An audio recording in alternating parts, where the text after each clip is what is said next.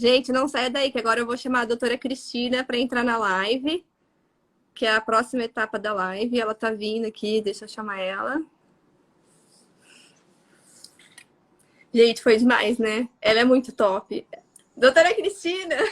Ei, que legal, Não, hoje parabéns. só feras, só feras. Eu tô assim, meu coração não aguenta, não. Nossa, eu estava aqui mergulhada nas coisas que a Janaína estava falando. Que legal, ela é uma referência para gente. E, nossa, para mim é um enorme prazer e uma honra estar aqui. Entrar depois da Janaína, nossa senhora, é uma honra. Não, mas a gente. Sabe, Não, não, vocês, mas você sabe muito vocês duas também. são, vocês duas são feríssimas. Mais ou menos, mais ou menos. Nós estamos indo no Estamos caminho todo certo, mundo, eu acho. como a Janaína disse, estamos todos em formação, né? Eu sou a mais novinha da turma, né? Nesse quesito de lidar com criança, é um assunto que eu tenho me interessado muito, mas há muito pouco tempo. Mas eu tô assim, nossa senhora, eu ouvindo a Janaína falar, ai meu Deus, eu preciso estudar mais isso, aquilo outro. É o negócio que mais me move atualmente é entender aí sobre os detalhes do DN1. Exato. E eu acho que eu e a doutora Juliana, a gente tem essa vontade de trazer mais gente para trabalhar com a gente, porque é muita demanda, né, e pouco profissional na área. Então a gente precisa de pessoas qualificadas e fazer parcerias, né? Não dá pra Aí gente. e é apaixonante, né? É apaixonante, assim. Nossa, eu tô Ver os resultados, né? apaixonada. Apaixonada. Então, vamos lá, Muito vamos bom. conversar. A doutora Cristina, a gente combinou de falar, gente, sobre as diferenças que existem no protocolo do Dr. Burnison com o que é preconizado pela Sociedade Brasileira de Diabetes. A gente quer discutir o que tem de diferente. Ela estudou as diretrizes da Sociedade Brasileira de Diabetes e eu vou falar o ponto do lado do Dr. Burnison, né? O que a gente segue e faz no protocolo. Então, a primeira questão é a questão das metas, né? Como é que é a meta da Sociedade Brasileira de Diabetes para dizer que você está tendo um bom controle glicêmico, né? Quais são as Certo. metas? Eles preconizam de 2014 para cá, Ada, que um bom controle para um adulto seria até 7 de hemoglobina glicada e para o DM1 até 7,5 de hemoglobina glicada. E isso se traduz com uma criança, um adolescente acordando aí de 70 a 145, tendo até 180 no pós-prandial e podendo ficar na madrugada até 162 de glicemia, né? Eu estava fazendo hoje uma revisãozinha. Essa hemoglobina glicada de 7,5, que eles dizem ser bacana aí para um DM1, isso vai dar um TIR, né, um time in range, um tempo no alvo, em torno de 60%. Né? Eu estava olhando a tabela e fazendo as correlações, seria uma criança ficando 60% do tempo apenas no time in range, né? Uhum. Isso tem problema, né? Porque 10% que você diminui do timing range, você aumenta em 64% a chance de retinopatia e aumenta em 40% a chance de nefropatia. Como a Janaína disse em outras palavras, né? É a mesma coisa. Uhum. No protocolo do Dr. Burns, a gente coloca como alvo o 83, né? Que foi através do próprio estudo dele mesmo, que ele foi fazendo aferições em pessoas normais, chegou a esse número. E no caso do meu filho, o sensor eu uso, né, de 70 a 120. Tem estudo já, né, falando que o normal de uma pessoa sem diabetes é de 70 a 140, mas eu uso de 70 a 120 porque eu não quero que chegue no 140, para dar tempo de eu corrigir antes de chegar a esse valor, porque a glicemia de criança, ela é menor, né? O 83 seria a partir da puberdade e as crianças menores gira em torno de 70 a 90 no máximo a glicemia de uma criança, né? Se você verificar, você tem um filho com diabetes e um sem diabetes, e você medir, você vai ver que ele vai ficar entre esse valor, né? Outra questão também, né? Quando que a gente considera hipoglicemia, né? Quando que a gente pode falar assim, é a hipoglicemia, nós temos que corrigir. Eles colocam como o último guideline, eles colocam como nível de alerta, né? De 54 a 70. Eles colocam como hipoglicemia, né? Uhum. Eles fazem essa questão do nível de alerta para hiper e para hipo, né? Abaixo de 54, uma hipoglicemia mais grave, mas é isso que eles dão. Aí eu imagino que uma criança com uma dieta padrão, que é preconizada por eles, com Uhum. 60 tá passando bem mal, né? Diferente de uma criança que come pouco carboidrato e que não é difícil que ela esteja com essa glicemia, ela não vai passar mal, né? Então, Uhum. realmente, a repercussão clínica deve ser muito diferente para uma criança que come 50% da dieta em carboidrato, né? Exato. E aí a gente entra como que a gente faz a correção no método, né? Que eu estava explicando para você antes da live, que a gente corrige com os glucotablets, que são esses tablets aqui de glicose. E aí eu posso porcionar, né? Eu posso cortar, cada tablet tem 4 gramas, aí eu corto em 4 e fica 1 grama cada pedacinho desse. E assim que eu corrijo a glicemia do meu filho, se ele tá com uma hipoglicemia, porque na low carb a gente usa menos insulina, que a gente come menos carboidrato, então a hipoglicemia é sempre menor, não é grave. Então, E sobe 20, e subindo sobre 20. sobre 20 na glicemia dele, ele fica com a glicemia normal. E eu não preciso ficar vivendo na montanha-russa, né? Que vai lá, come alguma coisa para corrigir a glicemia, aí sobe de novo, aí eu vou aplicar insulina e aí nunca consegue normalizar, O né? que o Bernstein fala, pequenas doses, pequenos problemas, né? Em outras palavras, não sei exatamente quais as palavras que ele usa, mas é isso, né? Pequenas doses, pequenos problemas. Você nunca vai ter uma hipoglicemia muito grave, porque não tem como acontecer com doses muito pequenas. Até tem, mas é muito mais raro. Uhum. E você não vai ter hiperglicemia, porque dificilmente vai cair de cara no bolo de chocolate. Então, você vai ter que manejar, não é o roller coaster, né? Não você não É, vai manejar uma montanha russa, você vai manejar uns morrinhos aí, né? exato, exato. Porque assim, eu também, assim como a Janaína, não tenho a Uhum. experiência da maternidade com filho DM1 como você tem, mas eu imagino, aí você pode dizer Hum. que no começo tudo chateia muito porque você vive muito preocupado, estando bem ou estando mal, você está sempre muito preocupado. Como qualquer problema novo, né? A gente, por exemplo, aqui na pandemia, talvez agora as pessoas estejam se acostumando um pouco, mas no começo ficava todo mundo em pânico.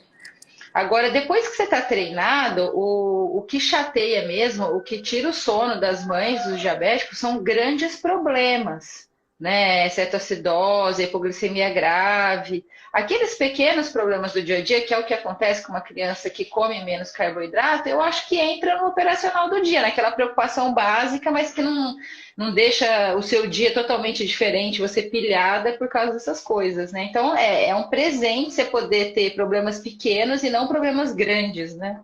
Exato. E aí, e pode usar assim, né? Perguntaram qual é o nome disso. No Brasil tem, chama Glicofast. Eu já vi para vender também essas pastilhas, só que são um pouco caras. Então, o que que você pode usar? Gente, caso de diabético, tem que ter açúcar. Sim. Sabe? A gente fala assim, não precisa ter açúcar em caso de diabetes. Tem que ter açúcar, sim. E aí você dilui o açúcar lá na água. Você tem que saber mais ou menos quanto que você precisa. Por exemplo, para eu sair, que nem meu filho, 1 grama ele já sai de uma hipoglicemia e sobe 20. Então, você tem que saber esse fator em você. Depende do seu peso. No próprio livro do Dr. Burns tem explicado isso. Aí você vai saber quanto que aumenta na sua glicemia 1 grama de carboidrato, né, de glicose e faz a correção exata, precisa para aquilo que você precisa para voltar no alvo, não precisa corrigir mais, né? Essa é a Exato. questão. E nos guidelines são os 15 gramas de carboidrato, né? Se eu der 15 gramas de carboidrato pro meu filho, se sobe 20 cada um, ele vai para 300. Pois é. Aqui também tem aqueles sachês de glicose, devem ser mais baratos, eu não sei exatamente quanto Ah, vem. sim, sim, já vi, Tem, mas tem mais carboidratos. Aí é é, difícil, você tem você- que ir porcionando. a questão é que teria que ser só um pouquinho. Ou mel mesmo, tem o sachê de mel, menos sofisticado, mas é um jeito aí Uhum. de você conseguir colocar só um pouquinho. Porque quando você vai corrigir com comida mesmo, é mais complicado, porque fica muito randômico, né? Muito inseto, tanto que você vai comer, sei lá, de chocolate, que aí vem com gordura misturada, aí Não vai dá. retardar Uhum. leite condensado, aí a gordura retarda a absorção do carboidrato, aí vira uma bagunça, né? É. Outra questão que a gente tinha combinado de falar, por exemplo, o que, que diz na sociedade, nas diretrizes da Sociedade Brasileira de Diabetes sobre a dieta para o diabético? O que, que fala lá? Como é que deve ser a dieta? Ah, eu mandei até uns prints pra Carol hoje das partes do texto, né, da arrepio. Então, eles nessa parte das recomendações, eles justificam lá, depois da publicação do de CCT, que acho que foi em 1993, que é um estudo antigo, que tem problemas, que a gente sabe, mas enfim, eles acabaram concluindo que o diabético ele tem que ter a mesma alimentação que a população geral, né? Então, é mais ou menos a alimentação que é publicada no Guia Brasileiro, no Guia Alimentar para a População Brasileira 2014, Dr. Carlos Monteiro, que é um guia muito bom, super elogiado, é um dos melhores do mundo, mas Uhum. aquilo é um guia populacional para pessoas que não têm diabetes, né? Então, comer uma dieta mais para o lado da paleo, né? Que é comer não processados, Uhum. comida de verdade, seguir as tradições de onde você mora e tal. Então, eles falam do guia brasileiro e depois eles dão uma tabela embaixo de como deve ser porcionado os macronutrientes da dieta do paciente com DM1. Então, eles Uhum. colocam de 45 a 60% das calorias do dia em carboidrato, de 20 a 35 em gordura, e dessas até no máximo 10% em gordura saturada, e recomendam consumir poliinsaturados, ou seja, os óleos vegetais, que a gente sabe que é inflamatório, porque a relação ômega 3, ômega 6 é muito desfavorável, a quantidade de ômega 6 é muito alta, isso faz dele um óleo inflamatório, e 15% de proteína. Né? Ou seja, é a foto da pirâmide alimentar que foi publicada em 1977, se não me engano. É a pirâmide alimentar clássica, que não está funcionando nem para a população geral, diga-se de passagem, né? Eu que atendo muito Uhum. adulto, tá deixando todo mundo gordinho. E olha que coisa interessante, isso eu acho fantástico. Uhum.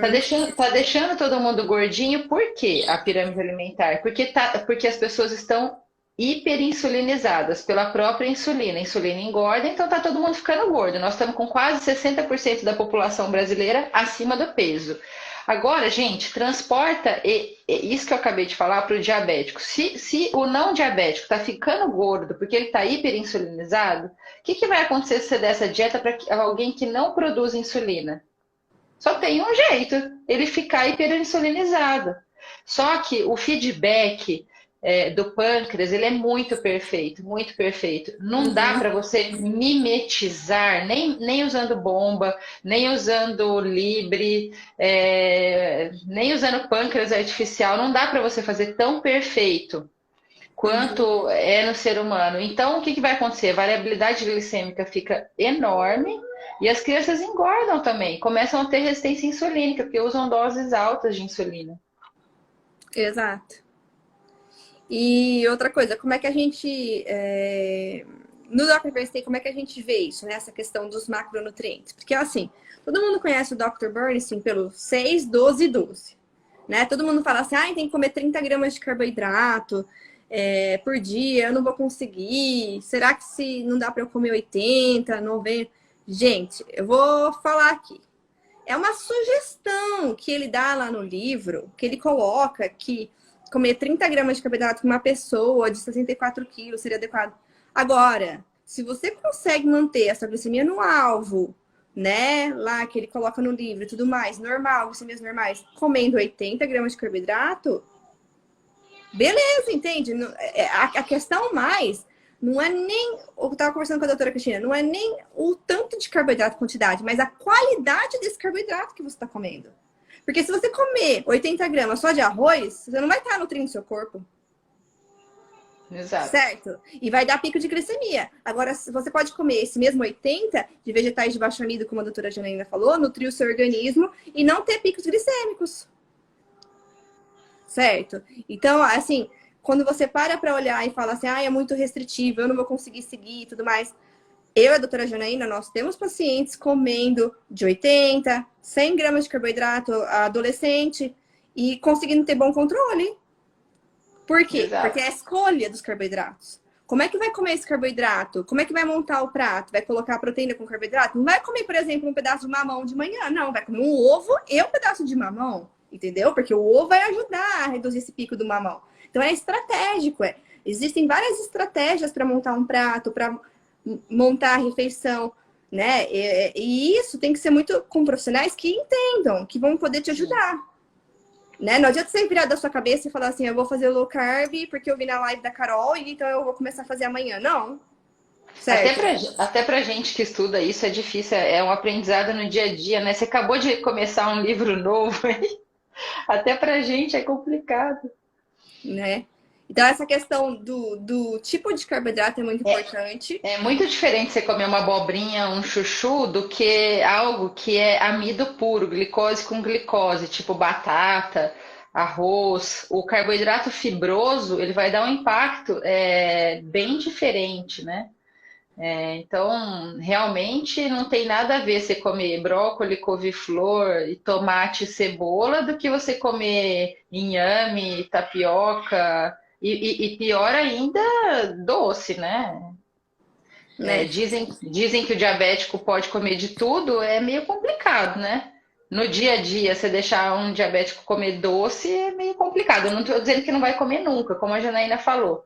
Né? Você vai aprendendo, eu amo coxinha, você vai criando todo um aprendizado, quanto que eu tenho que aplicar. Mas não dá para ter uma. Na verdade, não dá para ninguém ter.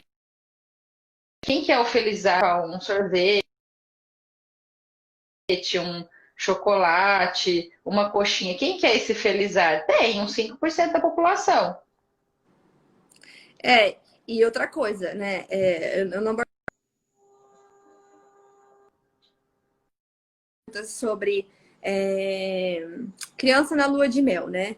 Criança na lua de mel, aí aumenta super a basal, não cobre com insulina rápida, e aí em 6 meses acaba com a lua de mel, né?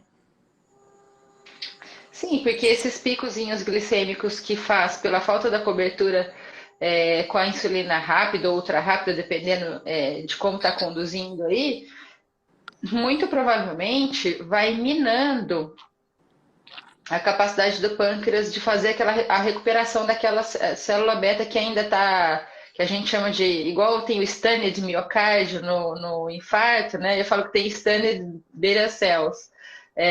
Aquela capacidade que ela tem de recuperação, se você fica expondo ela a uma variabilidade glicêmica alta, você vai minando, né? É um problema isso. Eu acho que assim, nessa hora da lua de mel é a hora que mais você tem que ficar em cima, realmente para preservar o máximo de pâncreas que você conseguir. É a hora de você pegar e cuidar muito bem, para tentar preservar o máximo possível, né? Exato. E é isso que o Dr. Bernstein fala, né? E eu gosto de citar essa frase porque eu acho que eu me agarrei nela e por isso que eu cuidei tanto do.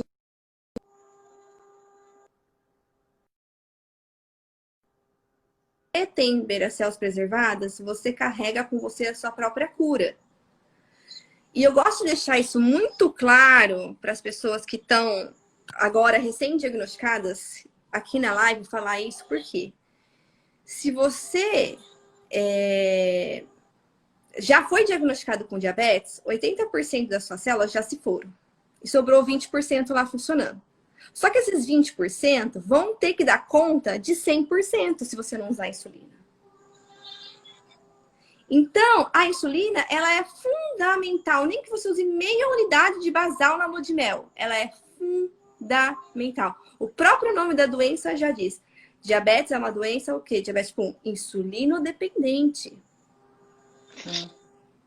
Entende? Então não existe essa de você falar assim para mim, Carol, tirei toda a insulina, estou sem insulina, e comendo normal e a glicemia estando boa. Você está destruindo essas suas células que você ainda tem fazendo isso. Você não vai prolongar elas. Isso aí que você falou agora, dos 80%, eu tava prestando atenção mais ou menos e tava aqui de olho no meu doce Rafael falando que não rolou a lua de mel lá. Mas deixa eu entender. Você diz que esses 20% vão ter que dar conta dos 100% do que você comeu. Tem um conceito em medicina que a gente chama de vicariância, que é quando você perde um pulmão, o outro tem que dar conta do recado. Quando você tem uma artrose grave num joelho, o outro tem que dar conta do recado. E aí, o órgão que está vicariante, ele tem uma meia-vida menor. Se você tem um rim só, você tem que cuidar muito melhor dele. Se você tem um joelho só, você tem um pulmão só. Porque ele perdeu ajuda, ele está fazendo. Então, é legal usar essa comparação, porque não tem como as pessoas não perceberem. Quem tem artrose de joelho, é fato que o outro joelho dói mais. Então, no pâncreas, você não enxerga isso. Então, fica uma coisa muito viajante. A gente fala, vocês não podem não acreditar, mas é a mesma coisa que acontece se eu ferrar o joelho, o outro vai doer mais. Por quê? Porque ele tem que ficar aguentando. Você já machucou um pé e fica andando, apoiando no outro pé? Daí um tempo o outro pé tá doendo. Né? Então, se ele tiver uma ajuda, ele consegue dar uma respirada. Sabe o que eu falo para os pacientes? Você tem que transformar seu carro de Uber em carro de passeio, porque carro de Uber quebra muito rápido. Né? Então é isso que a Carol está dizendo. E a Carol, mãe do Rafael, estava dizendo aí que não rolou lua de mel lá, mas eu acredito. Eu tenho minhas dúvidas, eu tenho minhas dúvidas. Pois é, mas eu acredito que mesmo você não tendo a percepção da lua de mel, se você trata muito bem, alguma recuperação provavelmente tem. Então, depois você não vai se dar conta disso, mas se o seu filho está bem controlado, pode ser que tenha feito uma certa recuperação, tenha recuperado algumas células beta. E aí você não vai ter essa percepção, porque isso não vai ficar com cara de lua de mel. Mas eu acho que assim, o ajuste do pâncreas natural, do nosso pâncreas, é tão perfeito, o feedback é tão perfeito, que se você tiver um pouquinho de célula beta, representa uma coisa enorme, é muito melhor do que ter nada. Né? Exato. É isso, eu tô lendo aqui os comentários. Eu vi que ela escreveu aqui. Gente, nós vamos cair, mas nós vamos voltar. Maravilha, vamos lá. É isso aí, tá falando 3 daqui acho que uns 5 minutinhos, porque começou um pouquinho depois das 19. Começou um pouquinho depois, nós vamos cair, mas nós vamos Daqui uns 5 minutos. Porque ainda a gente tem que falar sobre a divisão da basal. Todo mundo me faz essa pergunta. Carol, que história é essa de dividir a basal? Que a basal não dura as 24 horas. Como é que divide a basal? Então, nós vamos cair, mas nós vamos falar sobre isso também. Que é outra diferença do protocolo do Dr. Bernstein. Certo? Muito bom. Cair a gente volta. Eu tô que leio aqui, Arron. Vai aí, vai falando, Carol. Eu tô vendo o que o povo tá querendo. Então, vou explicar. Fizeram um estudo, eu contei até para a doutora Cristina, e eu já coloquei isso no Story, esse estudo. Injetar insulina regular num lado do braço de uma pessoa normal, sem diabetes, e no outro colocaram o soro glicosado. E aí, gente, o que eles viram? Eles viram que quando você injeta muita insulina, além do normal, do que uma pessoa normal produz, né, do fisiológico, essa insulina regular, que era para durar tipo 12 horas, acabou durando 7 dias. Então, quando você injeta uma basal muito alta, é óbvio que ela vai durar mais. É óbvio. Agora, se você usar uma basal fisiológica, o que é fisiológico? É 20% do peso corporal. Isso eu considero fisiológico. Se você usar isso de basal, ela não vai durar as 24 horas. Por quê? Primeiro, vai chegar lá no finalzinho da tarde e já vai estar o efeito já reduzido dela. E segundo, que a gente tem um mecanismo no nosso fígado que faz uma limpeza, né, quando a gente está dormindo no nosso organismo, e ele acaba eliminando essa insulina que está circulante. Então, você precisa tomar uma dose à noite para não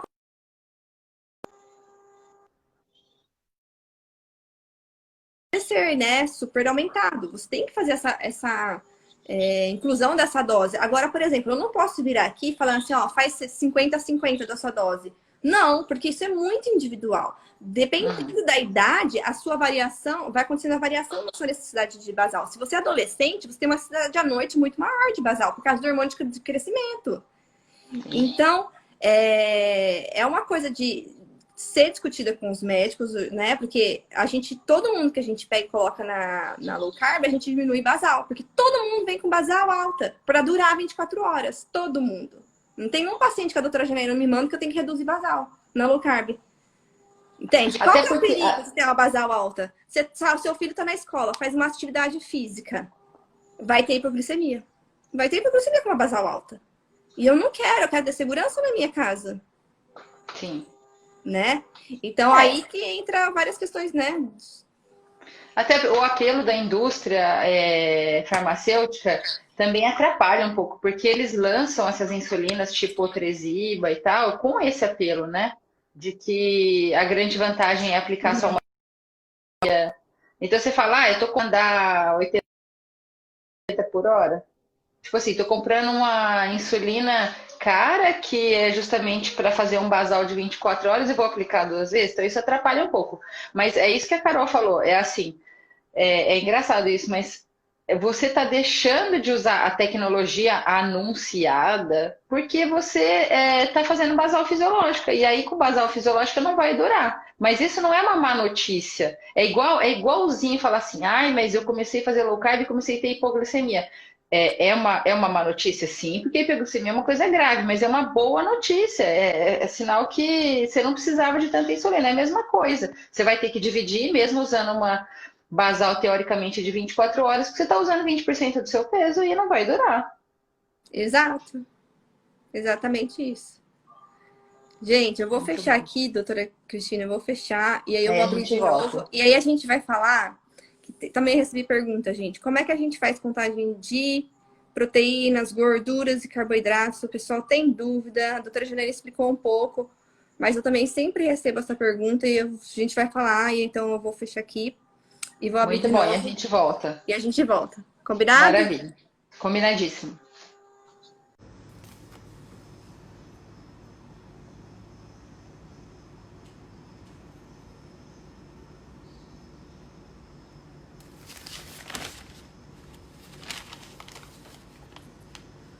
Vamos esperar aí a doutora Cristina voltar. Gente, sobre aplicativo, eu recebi uma pergunta também sobre aplicativo, né?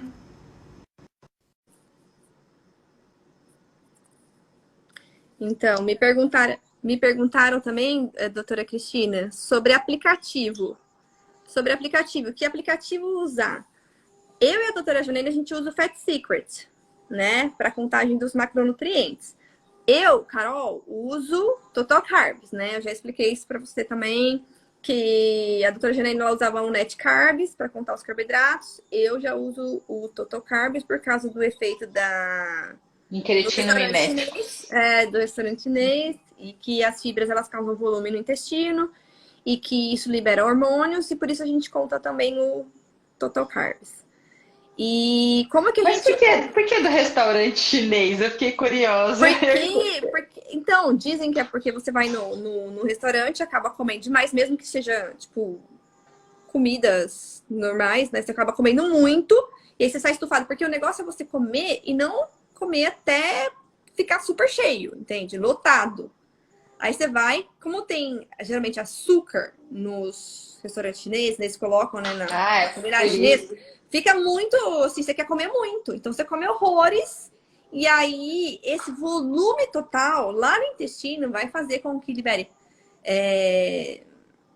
GLT1, né? Eu não sei como é que fala isso, mas... são as incretinas, GLP1. Esses hormônios aí que GIP, GLP1, as incretinas. Esses aí que vão... não, assim, é que eu não sabia porque que vocês falavam no restaurante chinês, é por causa do volume que se come. Do volume que você vai acabar comendo, né? Que nem o exemplo que ele dá no livro é da alface, que se come uma alface, um pé de alface inteiro, tem 10 gramas de carboidrato. Você vai precisar de insulina. Não é porque é alface que não vai precisar, não tem carboidrato. É, o volume. E aí o volume da alface vai aumentar, vai para 300. Aí ele fala assim, como assim uma pessoa come uma cabeça de alface e vai para 300? Por causa do volume que fez lá no intestino que liberou os hormônios contra-reguladores. Enfim, agora, da proteína e da gordura, como é que a gente faz?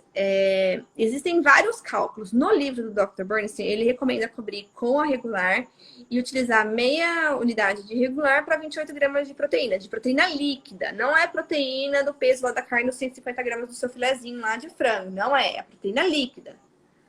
Né? Por isso que você tem que usar o aplicativo Fat Secret.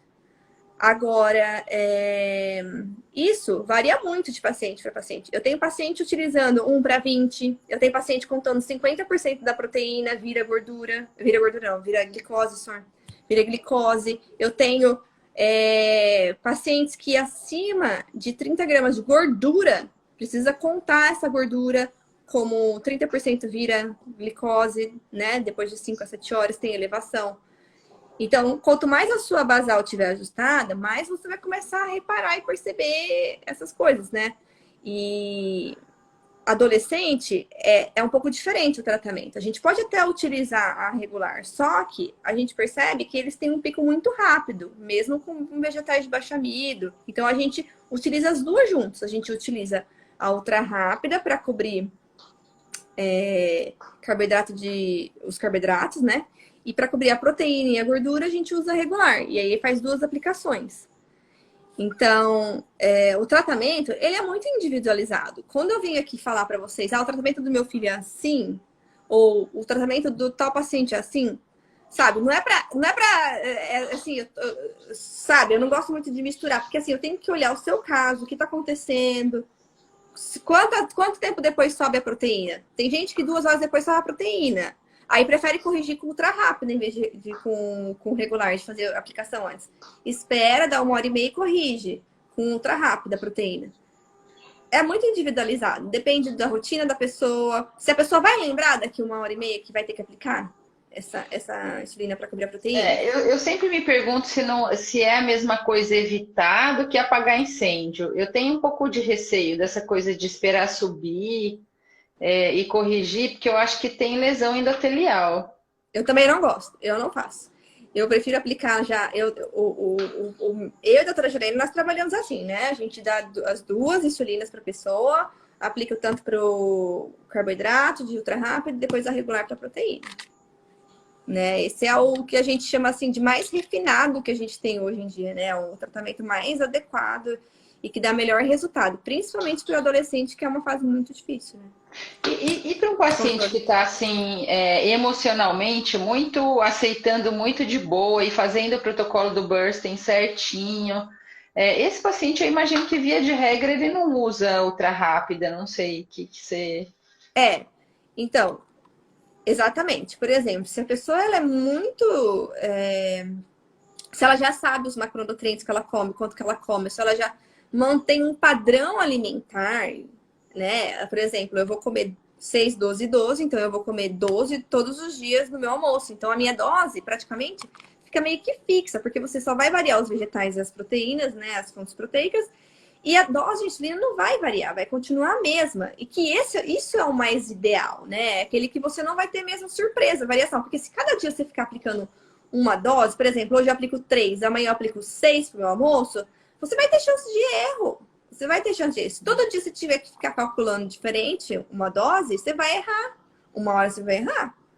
Então, é melhor você já ver assim, eu fico satisfeita comendo 150 gramas de proteína. Eu fico satisfeita. Então, mantém esse padrão. Come 150 gramas no almoço, 150 gramas no jantar, pronto. Não precisa ficar variando muito, sabe? Acho que é manter uma constância, né? Até coloquei eu já fiz esse post, né? A constância naquilo que você faz, fazer todos os dias para ter o melhor resultado. E lógico, exceções vai ter? Vai ter, os pacientes têm exceção. Todos têm. Que se você padronizar só vegetal de baixa amido é uma coisa, né? Mas se um dia você vai comer brócolis, chuchu, couve-flor e no outro dia você vai comer feijão, brócolis e carne, aí já é bem diferente. Mudou, porque daí pro arroz e pro feijão eu vou ter que dar uma insulina ultra rápida para cobrir e depois eu vou ter que dar uma proteína. Agora, se eu comer, por exemplo, só o brócolis sei lá, couve-flor e uma carne, eu vou aplicar a regular para cobrir essa refeição, porque é uma refeição low carb que não tem carboidrato que vai subir de imediato. Entende? A Então, você tem que ter muito padronização é tudo, né? conhecimento para poder fazer esse manejo, sabe? Por isso que os médicos, muitos passam ainda aquela tabela fixa horrorosa que eu odeio, que é acima de 200 aplica uma unidade, 250 duas. Porque é muito. Tem que ter Exige um entendimento. autoconhecimento muito grande, né? Tem que ter entendimento, tem que saber contar, tem que usar balanço, tem que pesar, tem que saber olhar no Fat Secrets, tem que saber fazer regra de 3, né? A tabela taco, você gosta, Carol? Não sei se Então, você usa, o conhece. pessoal que está usando o aplicativo da doutora Vanessa até ia falar isso. Algumas coisas dão certo, outras coisas não dão certo. Porque assim, no aplicativo dela não tem a regular. Então, só corrige com ultra rápida. E no protocolo a gente usa a regular. E às vezes pede depois de 2 horas para dar uma outra aplicação, só que não precisa, porque é alimento low carb. Então, assim, e o Fat Secrets, pra mim, funciona muito bem. Por quê? Porque se não tem lá, por exemplo, sopa de legumes, não tem. Como é que eu calculo sopa de legumes? Aí você vai fazer o quê? Você vai pegar os seus legumes, você vai pesar os seus legumes, vai fazer a sua sopa e vai dividir nas porções. Aí você pode inserir esse dado no Fat Secret. Aí a próxima vez que você for comer a sopa de legumes, tá lá os seus dados. Sim.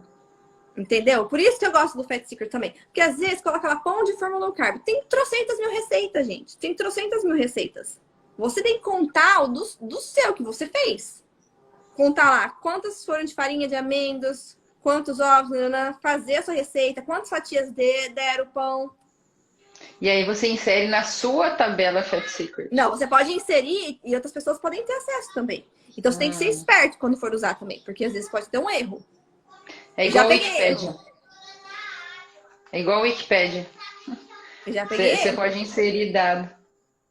Mas aí acaba sendo muito mais completo, né? Assim, eu acho o Fat Secret sem dúvida o melhor, né? Mas é confiável, né? Assim, pelo que eu sei, a tabela TACO é bem confiável também, né?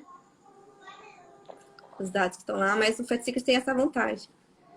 E sobre o protocolo ainda do Dr. Bernstein, né? Além de todas essas mudanças, a hiperglicemia ele corrige de uma forma diferente, né? A gente falou como é que a gente corrige a hipo, né?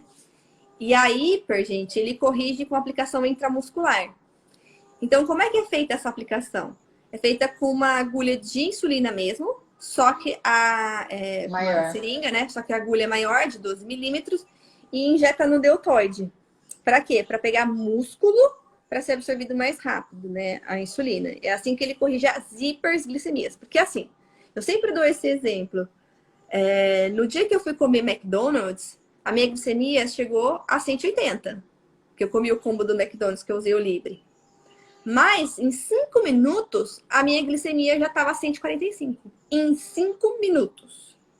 Então, o que me mostra isso? Me mostra que o nosso organismo não quer ficar lá no 180. Ele vai fazer de tudo para baixar o mais rápido possível. Então, por que eu vou deixar o meu filho ficar no 180? Não vou. Eu vou querer abaixar o mais rápido possível. Entende qual é a lógica de aplicar no músculo e corrigir rápido? Por isso que você não usa o subcutâneo para corrigir cetoacidose diabética no paciente no PS, né? Você quer urgência. Exato. Só que você não pode injetar uma insulina ultra rápida, né? Aí tem a questão. Então, por isso que usa Não, eu regular, sei. né? Na veia, né? Não, então, mas eu digo assim, o fato dela cair na veia é com regular corrigir. O fato dela cair na veia é isso também, né? A questão não é só da insulina, o tipo, é onde é que ela vai cair, né? Uhum. Perguntaram aí da Fiasp, né? A Fiasp, gente, eu já pedi para a médica do meu filho, porque eu vou diluir, né? Ele usa insulina diluída, mas eu quero testar assim.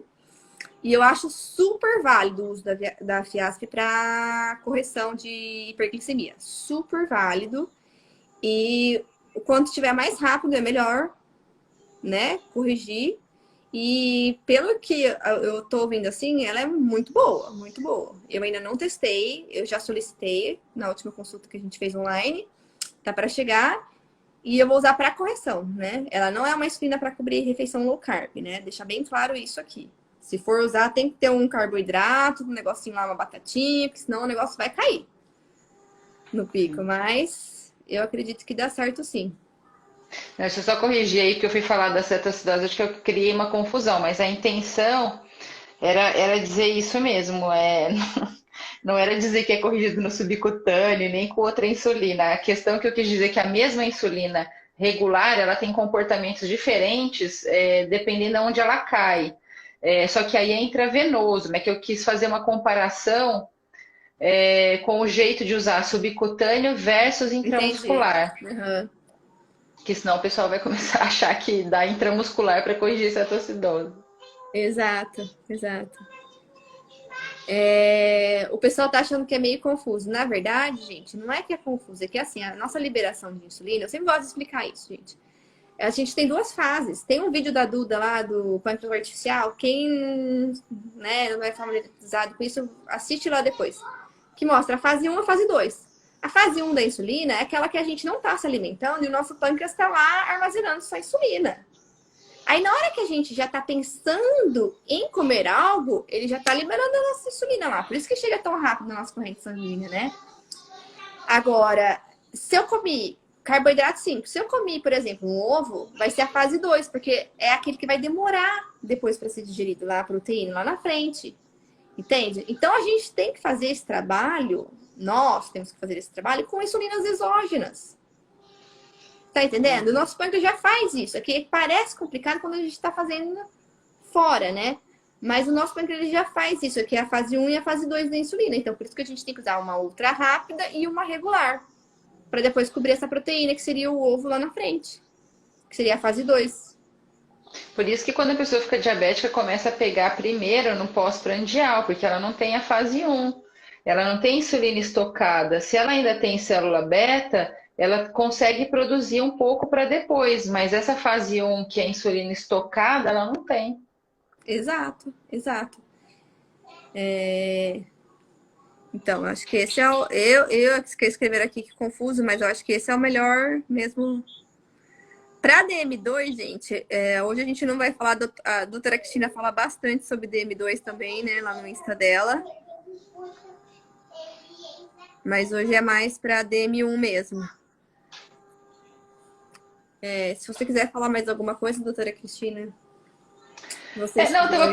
eu tava pensando, você que já deve ter visto muito mais gente em lua de mel que eu, se é assim o comportamento mesmo, como eles têm ainda célula beta, se a questão fica bem pior mesmo no pós-prandial, que não tem a primeira fase de liberação e depois não tem tanto problema, né? Imagino que na lua de mel deva ter hiperglicemia bem mais pós-prandial mesmo, né? Porque depois ainda tem uma quantidade de célula beta para se haver com a segunda fase. Se você coloca na low carb desde o começo, é que eu falei, você pode viver com a basal, né, dando uma ajudinha lá e tranquilamente, por muito tempo. Meu filho ficou mais de um ano usando só meia unidade de basal. Só meia unidade de basal. Exato. Porque ele tinha produção, né, muita, né, a tendência é ir diminuindo, mas você pode prolongar por tempo indeterminado, é isso que o Dr. Burns fala, né. Então, é isso que a gente quer, né? Prolongar por tempo indeterminado a lua de mel. O máximo que der. Porque se tiver um jeito de captar e fazer alguma coisa com essa célula beta para virar uma cura, tem como captar, né? Tem o que fazer. É por isso que ele fala que você carrega a cura em si. Porque se alguma coisa maravilhosa aparecer, para quem tem ainda algum pouco de célula beta, tem o que fazer. É que a gente Exato. não sabe de onde vai vir a cura um dia, não sabe como vai ser, né? Mas preservar a célula beta é tudo de bom. Eu queria fazer uma outra pergunta também, assim, né? Muita gente fala assim, Carol, já tô decidida, fazer low carb e tal. Como fazer a minha família me apoiar? Essa pergunta eu também recebi aí, do pessoal aí. Então, eu acho que você só apoia ou você só faz alguma coisa que você confia, né? Então, as pessoas elas seguem caminhos diferentes. Tem gente que começa a confiar porque o médico passou uma postura segura, ele vai na sua consulta, ele sentiu firmeza. Eu estou falando médico porque geralmente começa pelo médico. Os seus pacientes não caíram em você de cara, eles foram pré-triados. Os seus já chegam super pré-triados, mas para nós chega o paciente que acabou de descobrir diabetes, não sabe nem quem é você. Então, assim, se o médico passou uma certa confiança, e não adianta você jogar a goela abaixo, você tem que justificar. É isso que a Carol está fazendo desde o começo da live, justificando. Por que você vai corrigir com regular? Que é uma insulina mais antiga, por isso que ela é de graça, tudo. Por quê? Porque as crianças comem preponderantemente proteínas não tão gordas, que o pico vai dar depois de 1, 2 horas, então ela é uma insulina que corrige melhor isso do que uma insulina ultra rápida, que é mais feita para corrigir um carboidrato. Você tem que falar isso para o paciente, porque ele vai olhar para sua cara, vai entender o mecanismo, e por aí você vai começando a criar uma confiança.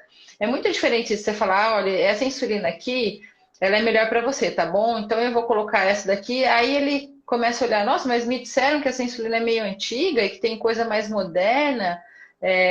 Então, da mesma maneira que a gente vai confiando porque a gente vai estudando, e isso a gente faz todo dia, você tem que pensar que o paciente é a mesma coisa, ele está estudando o problema dele, né? Então, trazer dados críveis e perguntar para ele, tá funcionando no seu dia a dia? Ele vê funcionando, ele vai lá, escuta um discurso que para ele faz sentido. Então, começa a contaminar não só ele, como a família inteira. Outra fonte, eu acho, grande da família apoiar é quando ela começa a ver funcionar, né? Exato, isso ver os que resultados. Porque, você acha que assim, você tem um filho diabético, alguma coisa funciona para ele, você vai se agarrar naquilo de tal maneira que você não vai querer nunca mais. A gente faz isso com, sei lá, meu pé dói e eu comecei a usar essa marca de sapato e não dói mais. Você só vai querer usar aquela marca de sapato. Por que você não faria com o filho diabético, que é um negócio que dá muita preocupação, né? Que mais pode fazer a família ajudar? Olha, eu acho que as famílias de crianças com DM1 que não estão ajudando é porque não sabem. Duvido que uma família que tenha um pacientinho DM1 que soubesse do como vai melhor com restrição de carboidrato não quisesse aderir. Olha que eu atendo muito paciente adulto, eu escuto assim, doutora, eu sei que eu vou viver menos, eu sei que minha chance de infartar é maior, mas eu gosto de viver assim, tá? Me deixa comer assim. Isso eu escuto, mas é uma situação diferente, gente. Ele não tá vendo o problema, ele não tá desmaiando hoje, ele não tá tendo uma convulsão. Eu acho que você pegar uma criança que está com uma variabilidade glicêmica grande, ela te dá um voto de confiança. Não é um voto de confiança de graça, é você. Aí entra um pouco até de filosofia. Acho assim que técnica a gente tem que ter, a gente tem que estudar, mas tem que ter um negócio chamado empatia. Então, a todo momento se colocar como se você fosse a mãe daquele paciente que você está atendendo. Que será que eu poderia, na pele dela, ouvir que me fizesse entender melhor? E se você não sabe explicar, você vai estudar e vai explicar melhor da próxima vez. Exato. Exato. Então, se você quer, assim, do fundo da sua alma ajudar, acho que difícil você não vai conseguir falar uma linguagem que a pessoa entenda. Então, ela entendeu, ela vai lá e aplica. O negócio deu certo. Acho difícil a família não entrar. Eu acho que não entra por ignorância, porque não teve. Assim, ignorância nossa também. Você acha que eu fiquei sabendo de low carb a vida inteira? Eu fiquei sabendo que o doutor Souto fez um trabalho. Assim, o meu marido, eu nunca me esqueço disso. Ele virou pra mim e falou assim: olha, você vai acreditar num médico que nunca viu nosso filho, quer dizer, o Dr. Bernstein, ou você vai acreditar no nosso médico aqui da Johns Hopkins? Exato. Então, só que aí... E aí, eu falei, eu vou acreditar nesse médico louco, porque eu também sou louca do mesmo jeito. Não, porque eu já tinha estudado, porque eu já tinha lido o artigo da doutora Berlinda, né, que é da pediátrica, porque eu já tinha muito conhecimento, eu já estava convencida daquilo, eu já tinha como vou falar assim, me apropriado daquele conhecimento. Então, o que eu fiz? Deu livro para ele ler.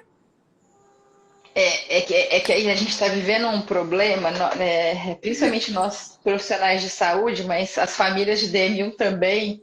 Gente, não dá para sentar a bunda na cadeira e ficar acomodado. O volume de coisas maravilhosas que se sabe a respeito de saúde é avassalador. Olha, eu vou confessar uma angústia. Quanto mais eu estudo, mais eu me desespero, porque mais eu vejo o tamanho da ignorância, porque tem tanta coisa publicada,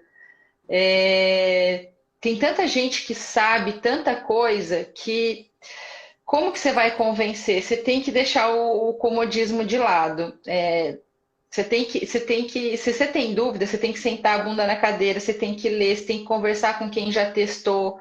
Nós estamos vivendo uma era que não tem muito lugar para comodismo, porque as respostas elas já estão aí. O Neto sempre fala isso, né, doutor José Neto? As respostas elas já estão vagando, só que você tem que sair catando. Se você tem um filho nessa situação, ou mesmo nós médicos, por exemplo, eu que agora comecei a me interessar mais por DM1, eu sei que o meu trabalho é organizar o meu tempo para sobrar mais tempo de estudo e me apoiar em pessoas que já estão lá na frente. Então eu fico enchendo o saco da Carol. Carol, você tem alguma coisa para eu aprender tal coisa, para eu aprender tal coisa? Não tem muito espaço para comodismo. Né? Então, a gente tem que se envolver. Não é uma doença passiva. Não tem, no diabetes de uma maneira geral, principalmente no diabetes tipo 1, não tem lugar para passividade, gente. Não, as coisas não vão cair. Vocês ouviram o que a Carol falou? Vai pesar os legumes e vai fazer uma sopa. Aí você vai padronizar para você não ter que pesar toda vez. Ai, mas que loucura! Eu vou ter que pesar os legumes? Sim, porque eu tenho um órgão que tem um feedback perfeito. Eu vou ter que fazer a mesma perfeição. Sei lá quem que criou a gente, eu acho que foi Deus, mas criou uma perfeição tão grande que se eu quiser viver parecido, eu vou ter que ter uma perfeição grande assim. Não é porque é muito pentelho, porque é muito chato, é porque você está seguindo um modelo muito perfeito, um feedback muito perfeito. Então, você vai ter que fazer na mesma perfeição. Exato. Exatamente. Então, não sei se você tem mais alguma coisa aí para comentar, que eu queria chamar a Flávia, que é uma paciente, agora para dar um depoimento aqui para gente, para contar o relato dela, de como foi a experiência dela na low carb, porque eu queria que todo mundo aqui ouvisse alguém que mudou a vida pela low carb, né, Flávia? Então, ela tá aí. Não, eu vou ficar muito curiosa para ver o que ela vai falar, então eu vou sair e ficar de espectador, mas Queria eu agradecer, queria... doutora Cristina, a sua disponibilidade, o seu tempo de vir aqui conversar com a gente. Dizer que eu também estou muito feliz de fazer essa parceria com você. Eu espero que a gente atenda muitos pacientes juntos ainda.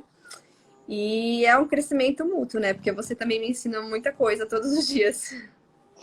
Eu me sinto assim muito privilegiada, nossa senhora, conviver com pessoas como a Carol, como a Janaína, nossa, toda a minha sede de aprendizado fica muito aguçada. Eu quero comer cada palavra. Mas eu acho que a gente tem que ter um norte, né? Em que ponto a gente esteja da nossa carreira, o norte é sempre a empatia. Por que a gente quer estar melhor em termos de conhecimento? Por que a gente quer estar? Eu acho que esse porquê tem que ser para oferecer o melhor trabalho possível, porque assim como o seu filho, seu marido, a sua mãe é o centro da sua vida, mais importante que o seu trabalho, mais importante que qualquer outra coisa, aquela pessoa que está na sua frente, ela é filho, marido, o avô de alguém. Então, eu acho que é essa empatia que faz a gente estar cansada e mesmo assim vai lá e vai atrás de alguma coisa, enche o saco das amigas, manda WhatsApp para Carol, Carol, quero aprender tal coisa, me ensina aqui. É isso que move a gente, é poder tratar da melhor maneira possível. E já falei demais, vou sair e vou escutar o depoimento da Flávia. Tá bom. Um beijo, gente. Obrigada. Tudo de bom.